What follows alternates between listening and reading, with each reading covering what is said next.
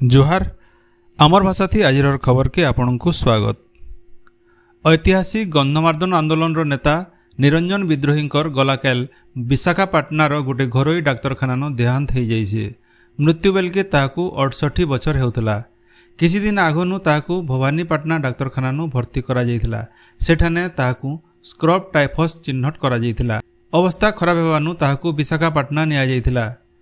कलाहांडी जिला कुट्रु खमल गाँवर निरंजन प्रधान छात्र समियानु जयप्रकाश नारायण आह्वान थी छात्र युव संगठन सामिल होते। 80 दशक होइतिबार बाल्को कंपानी विरोध न ऐतिहासिक गंधमार्दन सुरक्षा आंदोलन अग्रणी नेता संगे गंधमार्दन सुरक्षा युव परिषद पहला आवाहक थिले। समाजवादी चिंतक किशन पट्टनायक नेतृत्व चलिथिबार चाषी आंदोलन सक्रिय अंशग्रहण करथिले। पश्चिम ओडिशा कृषक संगठन समन्वय समितिर से जने सक्रिय सदस्य थिले। भवानीपाटना पौर परिषद अध्यक्ष दायित्व भी रही। कलाहांडी जिल्लान चाषी आंदोलन से जने सक्रिय नेता थिले।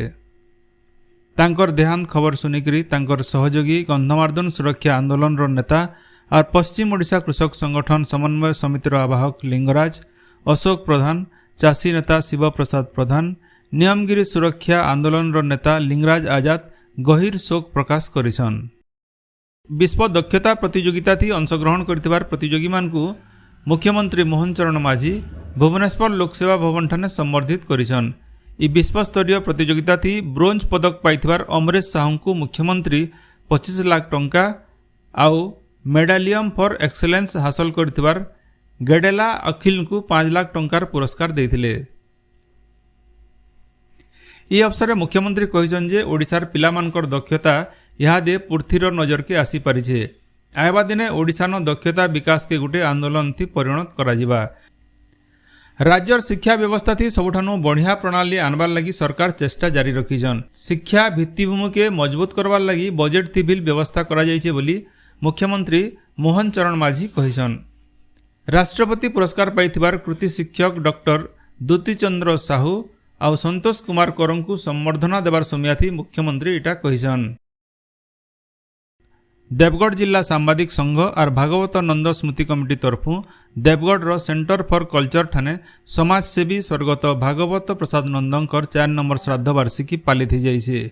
आईनजीवी दिलीप गुरुंकर सभापतित्व और डॉक्टर गौरहरि प्रधान संयोजना थी होइतिबार समारोह न राजस्व मंत्री सुरेश पुजारी, विधायक रोमांच रंजन विश्वाल, ओडिशा केन्दुपत्र कर्मचारी संघर सभापति विजय महांती जोग देकरी स्वर्गत नंदंकर समाज सेवा और सामाजिक काम बाबदे आलोचना करथिले।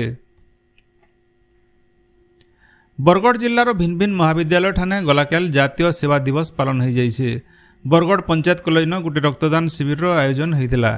तोरा उच्च माध्यमिक स्कूल न प्रिंसिपाल श्रीराम करंकर सभापतित्व न गोटे सभा होता। अताबिरार लरंभा कॉलेज अध्यक्ष डॉक्टर प्रमोद भोईंकर सभापतित्व होइतिबार सभा न जातीय सेवा दिवस बाबदे आलोचना करा जाइथिला।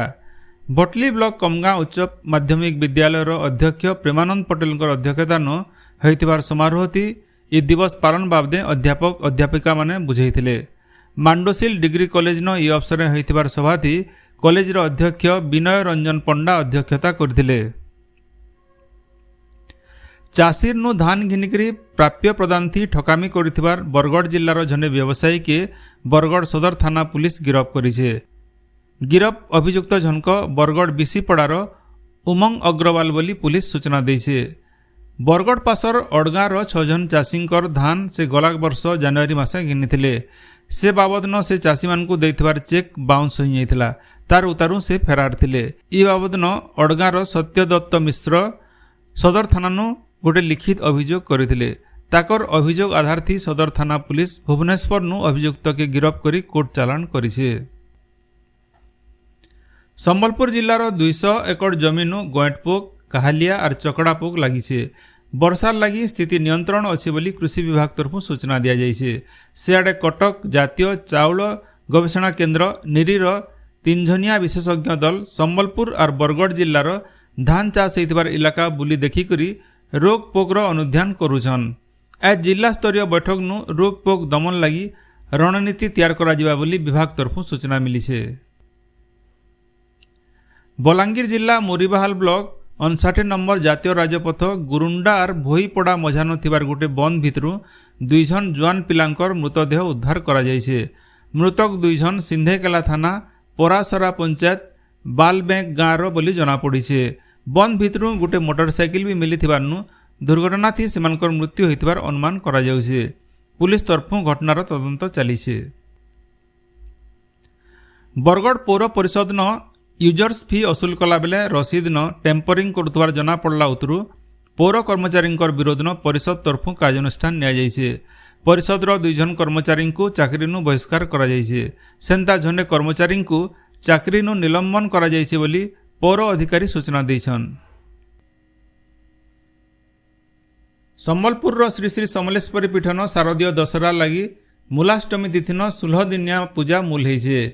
आहबा मासर 2 तारिख बुधवार दिन माँ समलेश्वरी धवलमुखी और गंगा दर्शन बेस्ती भक्त मान को दर्शन देवे। 3 तारिख गुरुवार 9 दिनिया शारदीय पूजा और नवरात्रि दीप प्रज्वलन मूल हेबा। आहबा मासर 12 तारिख शनिवार दिन समलेश्वरी पीठ न दशहरा और रंजिता उत्सव और 16 तारिख दशहरा पुनी देवी राजराजेश्वरी बेश नुआ ध्वजा आरोहण और गजलक्ष्मी पूजा अनुष्ठित हेबा बोली श्री श्री समलेश्वरी मंदिर ट्रस्ट बोर्ड तरफु कहा जायछे।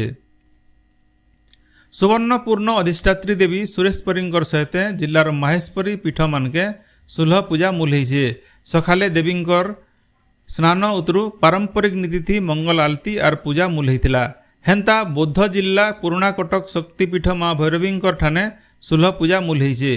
ई पूजा आश्विन मासर उजल पखर महाष्टमी तक चलबा। कलाहांडी जिलार जूनागढ़ अधिष्ठात्री देवी माँ लंकेश्वरी देवी खणा बसा परब हो जाइए। गलाकाल उपरबेला वीरवाद्य घुमरा और घंट शंख सांगे माँकर पाटखंडा के मार्जना उतरु गोटे पटुआर थी मंदिर के निया जाइथिला। इति हजार हजार भक्त सामिल होइतिले। रेंगाली डैम लगी 62 लोक मान को क्षतिपूरण और जमी पट्टा जोगे देवार संगे बिमलागढ़ रेल लाइन लगी जमी अधिग्रहण काम जल्दी सारवार उपरे राजस्व और विपर्यय परिचालना मंत्री सुरेश पुजारी जोर देइछन। गलाकाल देवगढ़ न राजस्व विभाग भिन्न भिन्न योजनार अग्रगति बाबदे समीक्षा करी जिलार सबु स्कूल और कॉलेज के स्थायी जमी पट्टा देवार के से विभागीय अधिकारी मान को निर्देश देइथिले। रायगढ़ जिलापाल सम्मिलनी आबा 27 और 28 2 दिन धरिकी हेबार के जाउछे। हेतिर लगी गलाकाल मुख्य शासन सचिव मनोज आहूजांकर अध्यक्षता थी राज्यर सबु विभाग सचिव मानकर प्रस्तुति बैठक हो जाइए। बैठक थी गला 100 दिने राज्य सरकार काम रो सफलता और सेथिर सठिक कार्यकारिता बाबदे आलोचना करा जाइथिला। बंगोपसागर थी गोटे लघुचाप सृष्टि होइतबार बेले राज्यर बड़भागी इलाका न पाग मेघुआ रहबार संगे खूब जगह वर्षा होउछे। ई स्थिति आहरी 2-3 दिन तक जारी रहबा बोली भुवनेश्वर आंचलिक पाणीपाग विज्ञान केन्द्र तरफु कहा जाइछे। सूचना अनुसार आज पश्चिम ओडिशार नुआपड़ा और कलाहांडी जिल्लान बनिया वर्षा हेबार आकलन करा जाइछे। आपण माने सबुदिन सुनुछन आमर भाषाती रेडियो खबर सम्बलपुरी समाचार। सम्बलपुरी समाचार बाबदे आपणकर मतामत देवार सहित ई काम के आगे जारी रखबार लगी तहक और सहयोग देवार के अनुरोध। आमर यूट्यूब चैनल के लाइक शेयर और सब्सक्राइब करुन आउ फेसबुक पेज के फॉलो करुन। जोहार।